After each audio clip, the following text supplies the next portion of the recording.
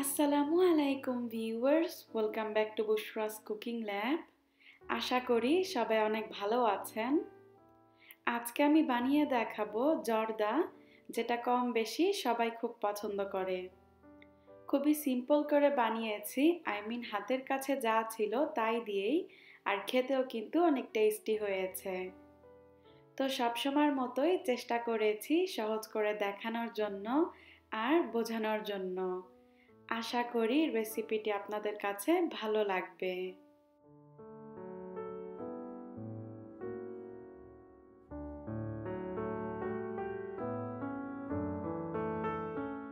প্রথমে একটি পাত্রে পর্যাপ্ত পরিমাণ পানি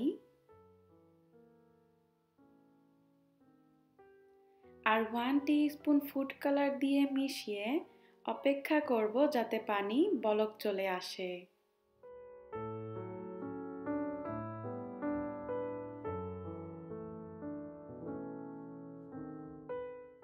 পানি বলক চলে আসলে দিয়ে দিচ্ছি 1 কাপ বাসমতি চাল। আপনারা চাইলে পোলাও চাল দিয়েও করতে পারেন। এবার মিডিয়াম আঁচে রেখে চাল 70 to 80% সেদ্ধ করে নিব। যদি কালার কম মনে হয় সেই ক্ষেত্রে আরেকটু ফুড কালার অ্যাড করে দিবেন, না হলে কিন্তু চালে কালার ধরবে না। আমি কিন্তু পরে আরো ফুড কালার অ্যাড করেছি, যার কারণে কালারটা চেঞ্জ হয়ে গেছে। তো যখন চাল 70 to 80% সেদ্ধ হয়ে যাবে, এই পর্যায়ে গ্যাস অফ করে নামিয়ে পানি ছেঁকে নিব।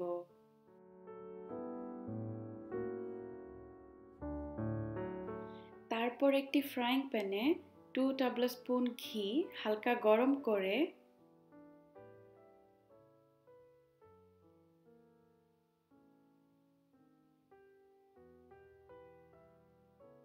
তিনটা এলাচ, একটা দারচিনি আর একটা তেজপাতা মাছ থেকে ছিঁড়ে দিয়ে একদম লো আঁচে কয়েক সেকেন্ড নেড়ে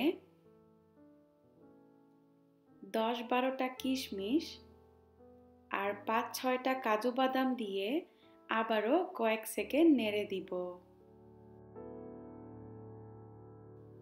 তারপর দিয়ে দিচ্ছি 3 টেবিলস্পুন চিনি।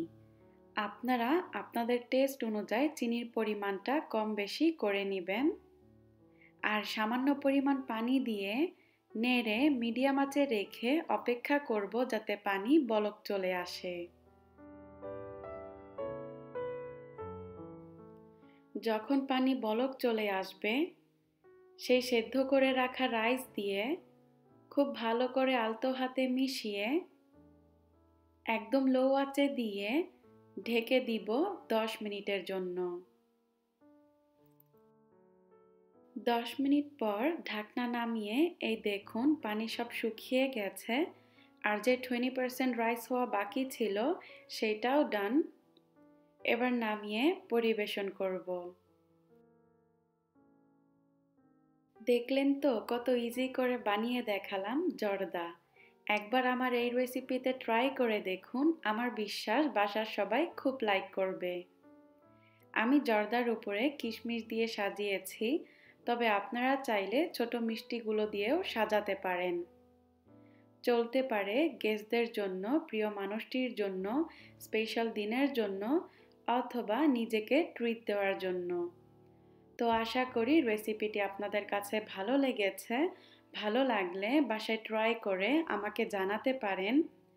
আমার যে কোনো রেসিপি ট্রাই করে থাকলে পিক তুলে আমার ফেসবুক পেজে ইনবক্স করতে পারেন অথবা আমার ফেসবুক গ্রুপেও শেয়ার করতে পারেন। আমার গ্রুপের লিঙ্কটি ডেসক্রিপশন বক্সে দিয়ে দিব। আর আমার রেসিপিসগুলো ভালো লাগলে লাইক, কমেন্ট, শেয়ার করে সাপোর্ট করবেন। সেই সাথে আমার ইউটিউব চ্যানেলটি সাবস্ক্রাইব করবেন, যাতে আমি আগামীতে আপনাদের সাথে আরও ভালো রেসিপিস, টিপস আর ট্রাভেলিংয়ের ভিডিও শেয়ার করতে পারি। Thank you so much for watching.